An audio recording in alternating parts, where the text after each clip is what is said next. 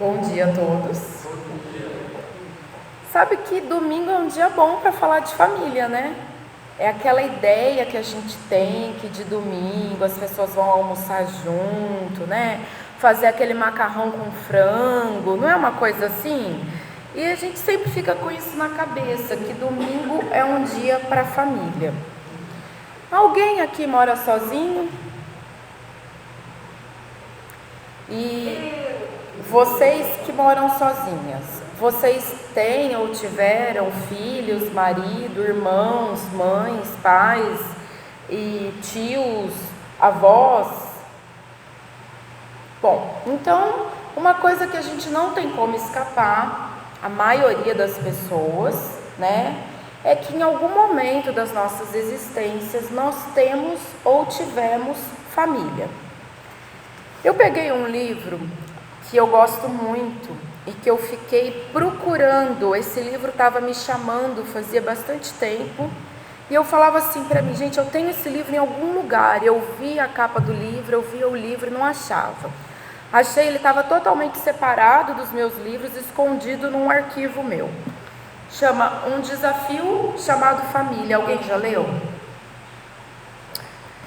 E ele tem muitas orientações bem legais para a gente no dia a dia. E eu vou falar só um pouquinho de algumas coisas, tá?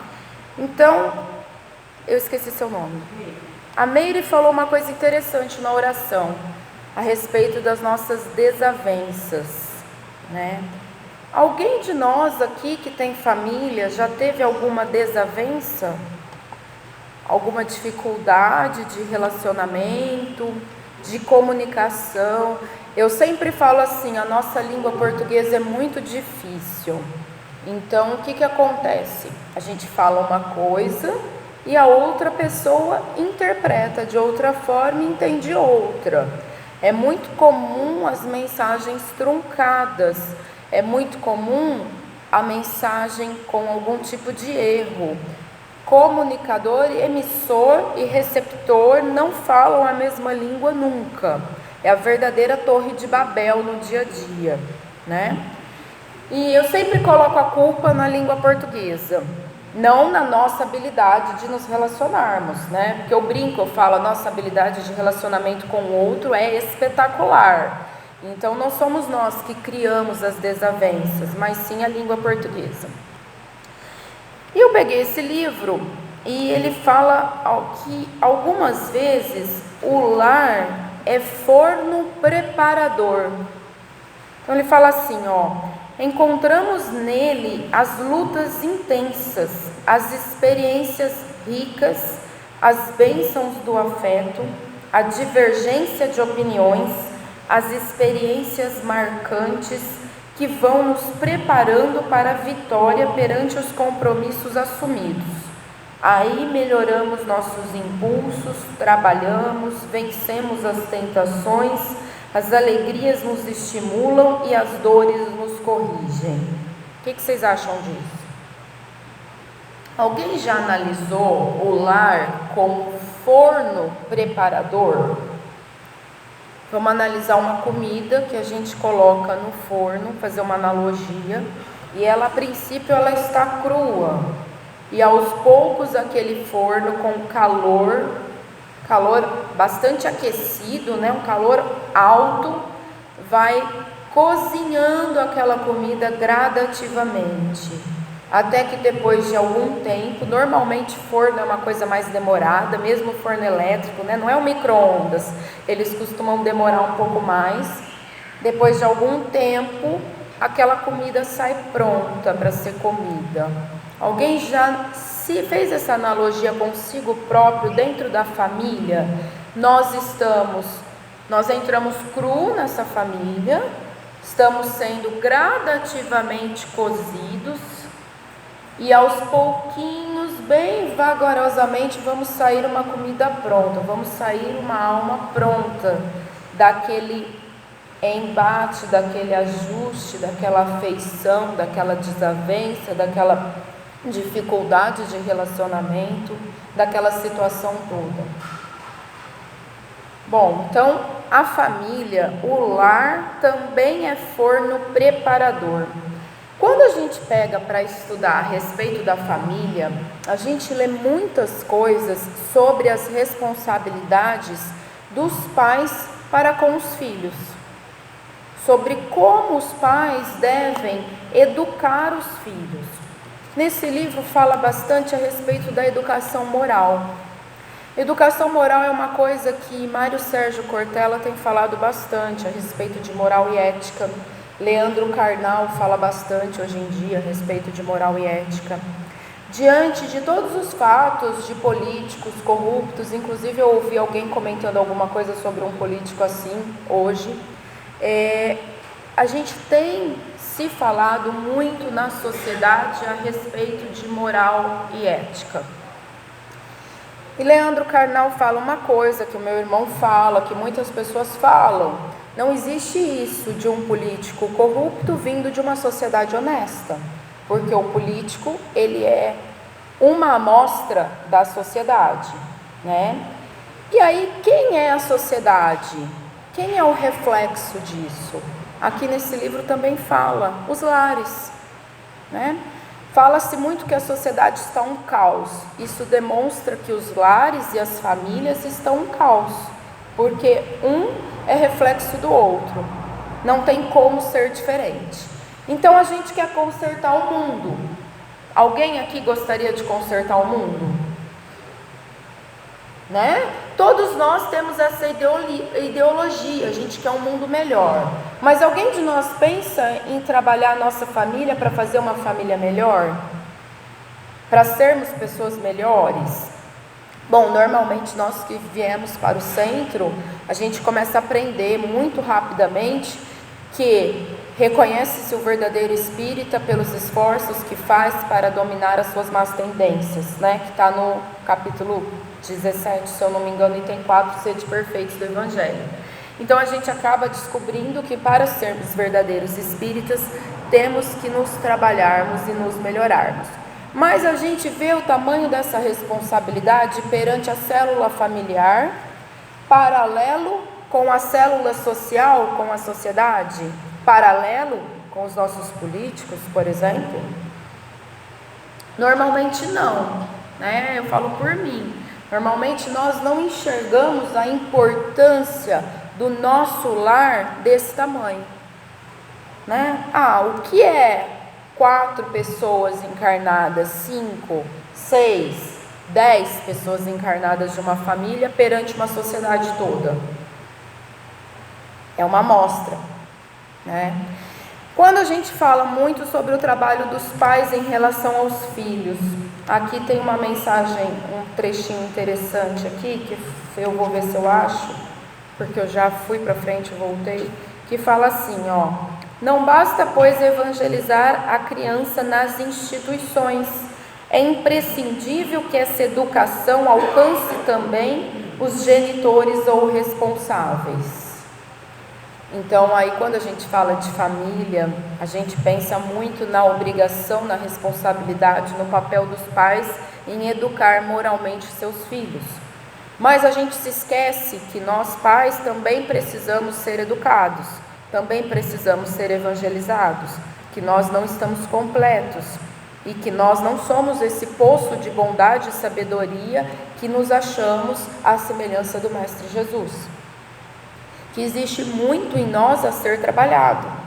Gente, pelo amor de Deus, eu não estou aqui falando isso para que ninguém se deprima, para que ninguém saia daqui pesaroso, tá? Ao contrário, eu estou dizendo tudo isso aqui para que nós reflitamos sobre o nosso papel no dia a dia, dentro das nossas famílias, e para que nós saiamos daqui mais humildes, mais dispostos a fazermos diferente. Muitas vezes eu me recordo, depois de uma conversa com uma amiga espírita, palestrante, eu me recordo do seguinte capítulo do Evangelho, se eu não me engano é o capítulo 9, bem-aventurados os que são mansos e pacíficos, é isso?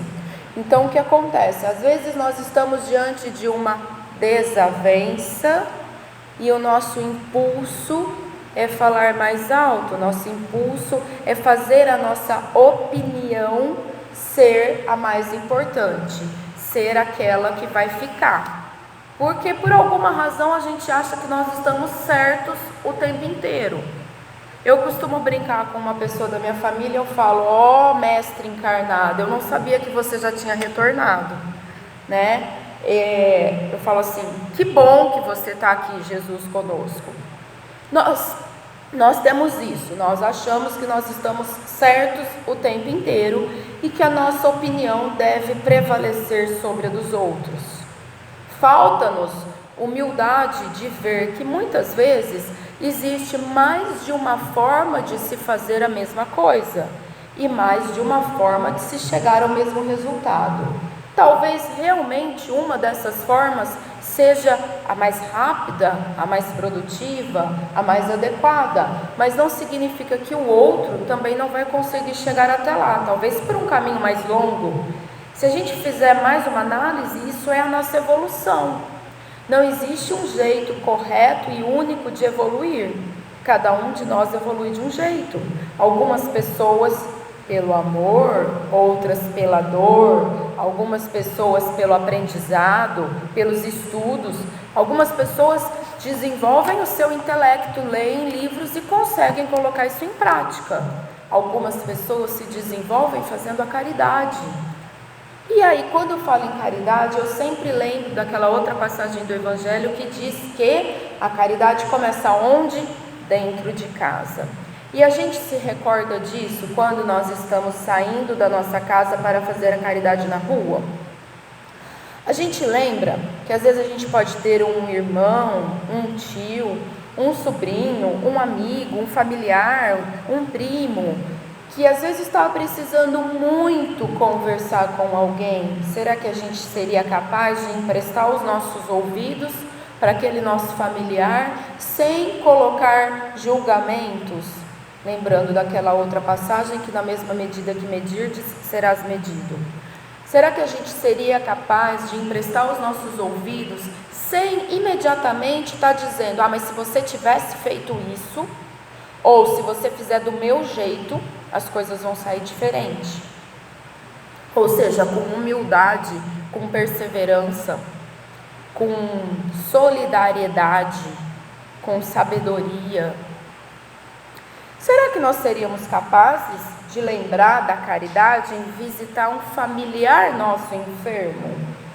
Todo mundo fala da visita aos doentes. Por que a visita aos doentes é importante? O que vocês acham? A pessoa às vezes está enferma, ela só fica envolta àquela mesma situação de doença. Às vezes, quando ela recebe uma visita que não vai lá para falar da doença dela, né? Ela vai ouvir alguma coisa diferente, ela vai sair daquele padrão vibratório e vai começar a pensar diferente, vibrar diferente, e talvez isso seja o ínfimo de energia necessário para ela desenvolver a cura, né? Ao invés de, porque visitar doente para perguntar da doença também você não está ajudando muita coisa, né? Você vai ajudar a pessoa a ficar naquele mesmo círculo vicioso. Mas assim, tem muitos centros que têm o trabalho de se reunir e ir visitar os doentes. Alguém de nós lembra de visitar os nossos doentes? Voltando ao trabalho do lar, tá? Quando a gente fala que a educação alcance também os genitores ou responsáveis, quais de nós está trabalhando a sua própria educação moral? Mas de verdade, tá? Quais de nós está se tornando mais apto, mais amoroso, mais equilibrado, para realmente contribuirmos para que a sociedade fique mais equilibrada? Olha, o núcleo familiar, ele tem uma extrema importância no processo renovador da humanidade. Família, eles dizem que seria o grupo de convivência mais restrita no dia a dia. Pai, mãe, filhos, eventualmente outros parentes próximos e íntimos. Tem famílias, hoje com a evolução e a mudança do direito civil, reconhece-se família, às vezes com uma só pessoa, né? mas às vezes tem família que é a mãe e o filho, o pai e a filha, às vezes tem família que são 2 irmãos, às vezes tem família que são pai e filhos, pai, irmão e filhos, pai, avô e filhos, às vezes tem tios, e isso modifica muito com as questões econômicas da sociedade. Aparentemente, quanto maior o poder aquisitivo das pessoas, menores são as famílias, né? E quanto menor o poder aquisitivo, maiores são as famílias. Porque acaba se acontecendo de muitas pessoas daquele núcleo estarem vivendo debaixo do mesmo teto, tendo uma convivência mais restrita no dia a dia com o maior número de pessoas. E, consequentemente, mais pessoas, mais dificuldade de você lidar com o comportamento de cada um. Por que isso? Porque nós não temos a aceitação. Fala-se muito em homofobia, fala-se muito em preconceito racial, fala-se muito em outros tipos de preconceito na sociedade, em bullying, etc. Mas e dentro da nossa família, nós temos aceitação com o diferente? Ou nós achamos que todos os membros da nossa família têm que ser iguaizinhos a nós?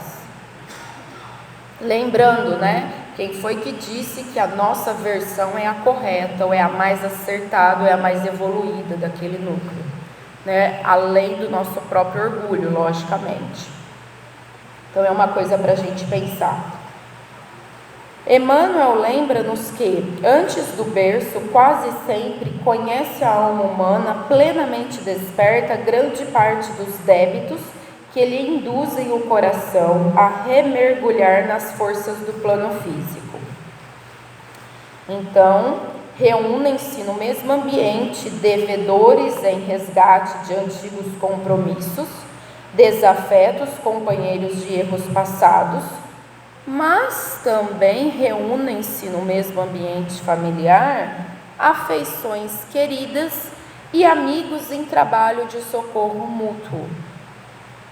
Por isso que muitas vezes nós nos damos melhores com este ou aquele membro da nossa família e não tanto com aquele outro. Por isso que muitas vezes, às vezes a gente tem 2 irmãos que se dão muitíssimo bem, mas que às vezes não interagem muito adequadamente com os pais. Ou que nós temos aquela história do filho favorito. A gente brinca muito com isso em casa. Eu não vou falar como, mas assim, a gente zoa muito. Fulano é o filho favorito. E aí o que acontece? Quando nós estamos intuídos do nosso orgulho, a gente acha isso cúmulo. Eu já ouvi muito pais dizerem assim: mas eu criei os meus filhos da mesma forma, igualzinho. Quem trabalha com família, quem já trabalhou, sabe que isso é uma mentira deslavada. Ai, meu Deus. Mas não é isso. Talvez a pessoa imagine que ela tenha feito isso, mas se esquece de que, no mínimo, a questão temporal foi diferente. Às vezes a pessoa se esquece que, no mínimo, os filhos não são iguais. Cada um é um ser único. E se cada um é um ser único, é impossível que eu trate os 2 da mesma forma e espere obter os mesmos resultados. Rui Barbosa dizia que a igualdade, a justiça é dar a cada um de acordo com as suas desigualdades. Por isso que nós temos ações sociais e temos, por exemplo, Bolsa Escola, Bolsa Família e outros tantos benefícios mais que algumas pessoas supostamente não têm condições de alcançar.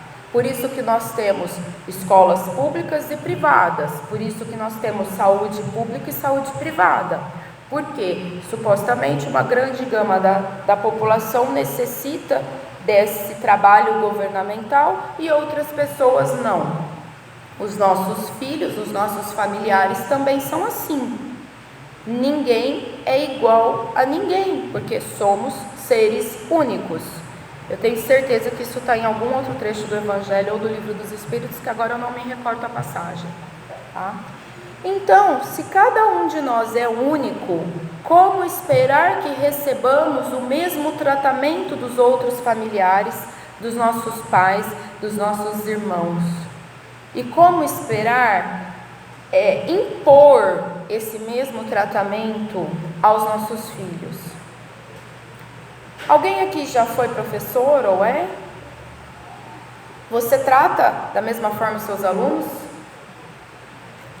Né? Assim, quem já foi professor, quem já foi para os bancos escolares, sabe que os alunos não podem ser tratados da mesma forma. Teoricamente, sim, mas na prática, como é que funciona? Tem aquele que é mais rápido e ele vai pegar a matéria muito mais rápido. E você vai ter que dar alguma atividade extra para aquela criança, para que ela não perturbe os demais.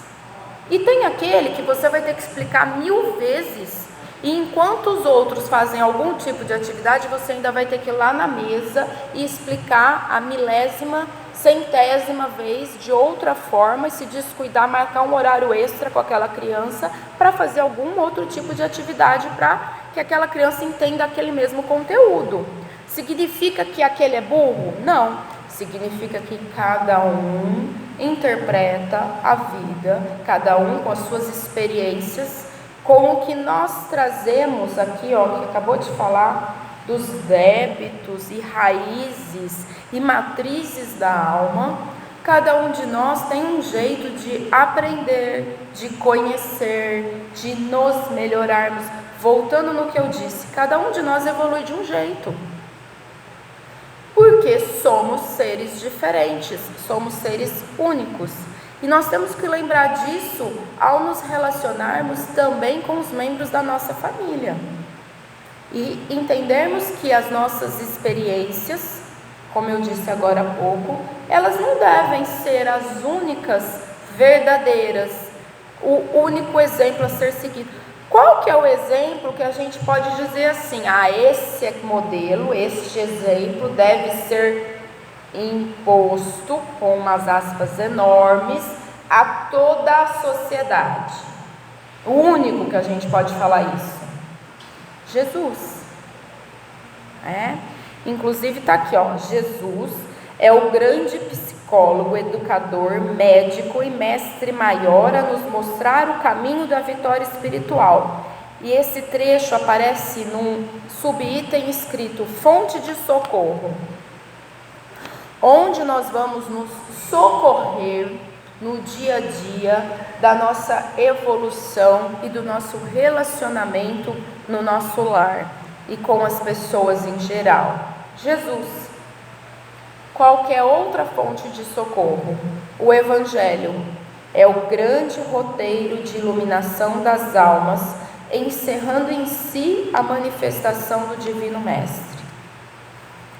Pode o Espiritismo remediar esse mal das dificuldades da vida moderna? Sem nenhuma dúvida, e não hesitamos em dizer que é o único suficientemente poderoso para fazer cessar. Eu vou abrir um parênteses nisso, tá? Porque eu sou uma pessoa extremamente curiosa e eu fuço muito na internet, inclusive ouço muito, eu tenho amigos de outras religiões e acho importante fazer esse parênteses para nós não nos enchermos de preconceito em relação ao outro, lembrando que não existe uma verdade única e que cada um tem direito de achar o seu caminho para evoluir. Eu tenho visto muitas religiões fazendo muito do que nós fazemos no dia a dia do espírita e do que nós trabalhamos dentro dos centros. Muitas vezes eles utilizam outros nomes, mas acabam fazendo uma coisa muito parecida com a gente. Acho que deve estar fazendo uns 10 anos, não sei. A última vez que eu passei perto de uma igreja determinada aqui em Rio Preto, em que o padre estava fazendo lá a sua preleção, eu não me recordo mais como é que se chama isso. Como? Não vi. Homilia, ok. E ele estava falando coisas que nada mais são do que a gente estuda no Espiritismo há muitos anos. E aí eu ouvi aquilo e eu falei assim, mas peraí, olhei, falei, isso é uma igreja católica, né? Mas ele está dizendo algo que para nós é único e exclusivamente espírita. Então, assim, o que está acontecendo? Lá atrás, algum outro pensador religioso, não me recordo o nome, disse que todas culminariam em uma só no futuro, né? Isso já está começando uma movimentação para se chegar até lá. Então, embora em cada quarteirão quase tenha uma igreja, ou centro, ou templo, ou qualquer ou tenda, ou qualquer outro nome que se possa dar, as palavras e o conteúdo estão muito parecidos. Então nós temos que ter a humildade de aceitar que às vezes a pessoa não vai vir para o centro conosco, mas não significa que ela não está tendo uma religião, não está buscando Deus e não está buscando a sua própria evolução e contribuir para a sociedade em que ela vive, como nós estamos fazendo. Nós não vamos entrar no mérito aqui se existem pessoas arrecadando dinheiro com isso ou não. Isso vai da consciência de cada um e dos problemas e dívidas que cada um está assumindo, tá? Mas nós vamos ter um pouquinho de humildade para entender que nós não somos a única forma correta de fazer. Como eu estava dizendo antes, cada um pode buscar a sua forma de evoluir, e muitas vezes dentro da mesma família. Logo que eu comecei a frequentar com muito intuito, embora desde muito pequena eu fosse ao centro, logo que eu disse assim, não, peraí, esse é o meu lugar, e é aqui que eu vou ficar, foi um momento da vida da minha família que cada um estava se sentindo confortável em uma religião diferente. Então eu ia para o centro, meu irmão ia para a igreja católica, meu pai se dizia evangélico, mas não ia para lugar nenhum, entendeu? E a minha mãe circundava entre todas essas esferas naquele momento.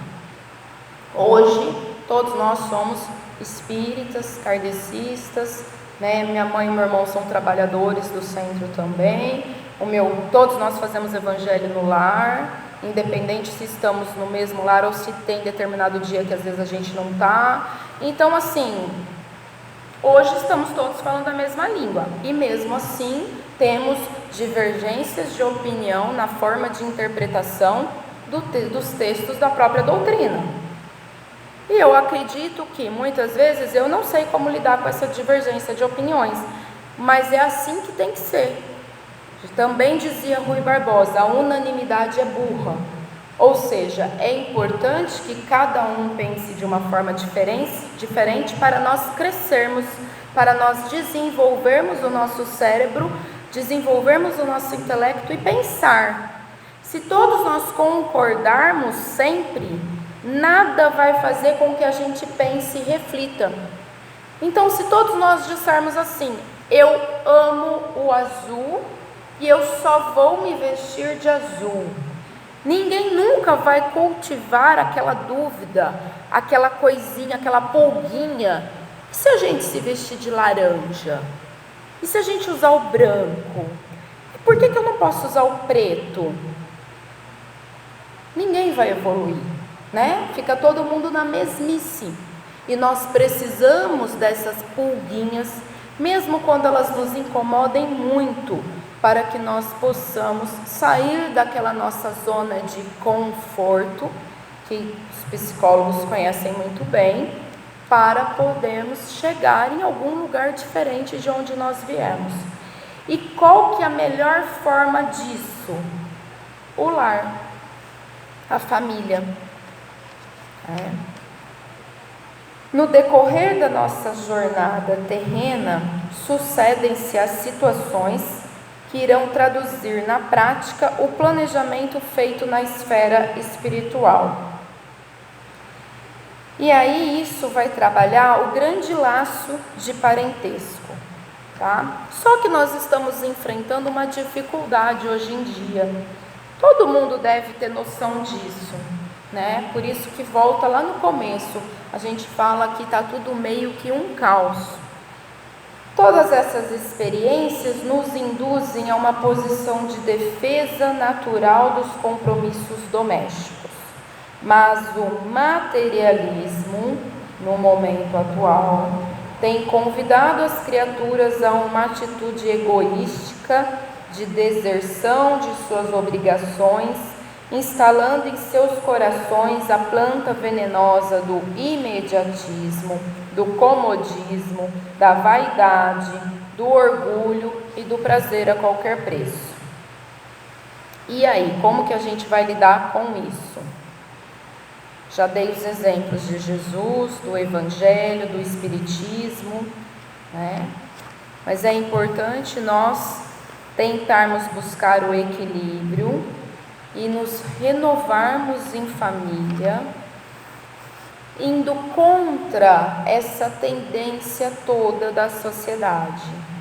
Nós vamos meio que nadar contra a maré, né? Não haverá renovação da humanidade se não houver a evangelização do homem a iniciar-se na célula do organismo social que é o lar.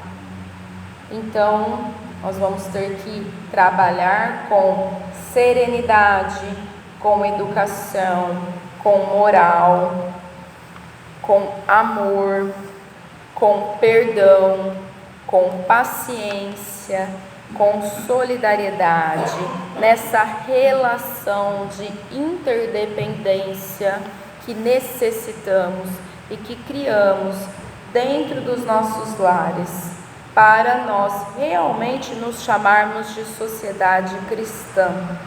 Precisamos deixar o fascínio pelas conquistas de fora para podermos restaurar os valores éticos, morais, culturais e espirituais da humanidade. Isso a gente consegue se nós deixarmos o relaxamento e a preguiça de lado. Gente, essas duas palavras estão escritas aqui no livro, tá? Nós precisamos ensinar aos nossos filhos, eu falo mais, eu falo que nós precisamos ensinar a nós mesmos o valor da paciência, da tolerância, da humildade e do amor. Emmanuel conclui: os estabelecimentos de ensino, propriamente do mundo, podem instruir, mas só o Instituto da Família pode educar. É por esta razão que a universidade poderá fazer o cidadão, mas somente o lar poderá edificar o homem. Quem já estudou um pouquinho, já leu um pouquinho sobre história de pedagogia, sabe que houve modificações no decorrer da história, que lá antigamente eles tinham os preceptores, depois foi se juntando, era a mãe que fazia esse papel, e depois a mãe foi inserida no mercado de trabalho, e muitas vezes o papel de educar ficou com os avós que talvez já fossem aposentados. E na sociedade que a gente vive hoje em dia, inclusive os avós aposentados trabalham, e aí a gente deixa as crianças única e exclusivamente para a escola. Mas a gente não se certifica de quais são esses valores que estão sendo transmitidos na escola. E esquecemos que o maior exemplo tem que vir de dentro da nossa residência. E como que nós poderemos, para quem é pais, sermos pais responsáveis e educarmos a moral dos nossos filhos? Dando o exemplo.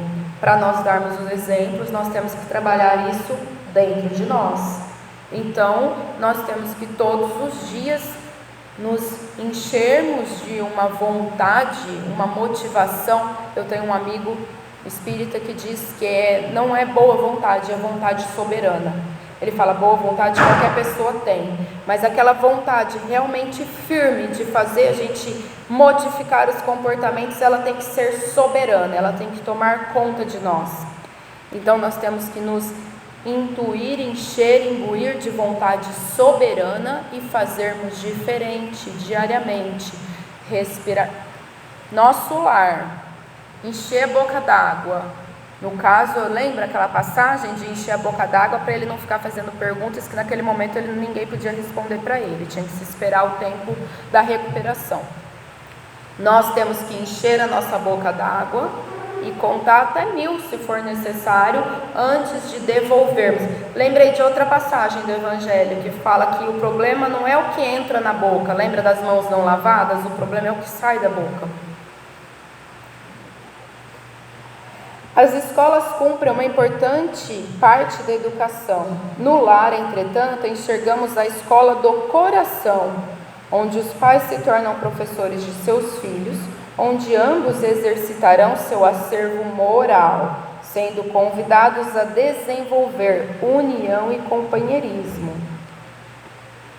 Temos que nos conscientizar hoje em dia das nossas sociedades, como ela anda, que a sociedade é o conjunto dos lares e que cada um desses lares é uma mini sociedade, onde procedamos à reforma de nossa visão, conceitos, condutas que se refletirão na sociedade global.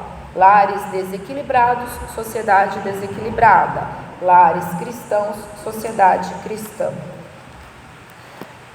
No ambiente doméstico, as almas se reencontram sob variados motivos, como eu disse agora há pouco: resgate, apoio, afeições, desafetos, missão e outras mais, com a finalidade de estreitar os laços que as unem, pois nesse ambiente de convivência contínua, interdependência, na condição de pais, filhos, irmãos, aprendemos a conjugar o verbo amar. Jesus também disse em algum momento que nós devemos amar ao próximo como a nós mesmos. Amar é uma coisa que nós temos que aprender, né? E eu costumo dizer assim, é muito difícil a gente amar ao próximo, porque muitas vezes nós não nos amamos, mas nós não temos consciência disso. Então, quando nós não estamos cuidando de nós mesmos, das nossas almas, do nosso dia a dia, nós não estamos nos amando. E se nós não conseguimos nos amar, como nós vamos conseguir amar ao nosso próximo? Aí a gente diz assim para quem é pai: mas eu amo o meu filho. Será? Até que ponto? De que modo? Você está se amando? Você está se cuidando? Eu amo o meu marido, o meu irmão, a minha mãe, o meu pai, mas você está cuidando de você? Isso é uma reflexão que a gente faz muito no início, quando a gente está estudando o autoconhecimento, para chegarmos à reforma íntima, né? O que nós estamos fazendo conosco mesmo? Vamos lá, eu me amo, mas eu como todo tipo de porcaria que existe no mundo moderno e não estou cuidando desse pacote que me foi emprestado para eu cuidar, para que eu possa me desenvolver nesse momento. E eu também estou dando para a minha família todo esse tipo de porcaria. Será que eu realmente estou amando a minha família? É uma reflexão simples de uma coisa muito ínfima que a gente lida todos os dias, né? E enquanto eu já falei sobre o que a gente fala, né? Eu me amo, mas eu nossa, perdi o português. Eu coloco para dentro, certo? Todo tipo de fofoca social. Eu me alimento daquilo. Eu desesperadamente quero saber da vida alheia. Me coça para eu saber se o fulano separou ou não da fulana, se o fulano está tendo um caso, se o fulano brigou, se o ciclano foi preso, se não sei quem deu bafão com não sei quem. E como é que... Nossa, aquilo me remove as entranhas. Eu saio correndo para perguntar para o vizinho, para o colega. Eu quero saber do centro, se aquele casal que ia junto não está mais indo, o que virou. Eu estou me alimentando da fofoca social. Será que eu me amo? E eu estou dando um exemplo disso para minha família, que é legal a gente agir assim, falar da vida dos outros o tempo inteiro. Eu vou dar mais uma cutucada fortíssima, eu juro que eu vou parar. Vocês lembram daquela outra frase? Mentes grandes discutem ideias, mentes pequenas discutem pessoas. Então vamos lá, nós estamos todos juntos no forno preparador para fazermos o quê? Darmos as mãos e caminharmos juntos, aprendermos a nos amar, aprendermos a ter paciência, a termos serenidade, a termos perdão, desenvolvermos o perdão, a agirmos diferente, crescermos como seres humanos, porque nós queremos transformar o mundo. Então, se nós queremos transformar o mundo, nós queremos limpar a nossa sociedade de crimes e de políticos desonestos, nós temos que começar transformando os nossos lares, equilibrando os nossos lares, transformando os nossos lares em cristãos e com muito amor. Eu espero que todos nós saiamos daqui hoje conseguindo um pouquinho só, um nano, um átimo, uma quantidade mínima de amor no dia de hoje, especialmente para aqueles que vão passar o domingo, o almoço de domingo em família. Que possamos lembrar da função das nossas famílias, dos nossos lares e trabalharmos cada dia mais para nos melhorarmos, com muita força nos ensinamentos de Jesus, com muita força no Evangelho e com muita força na nossa doutrina espírita. Lembrando dessa mensagem que está aqui, tá? Que todos nós recebemos na porta, que ela também nos auxilia a isso. Se for muito pesado, vamos fazer uma prece e voltar ao trabalho. Que a paz do Divino Amigo esteja com todos nós e que os benfeitores nos auxiliem hoje, agora e sempre nessa nossa empreitada, e que assim seja.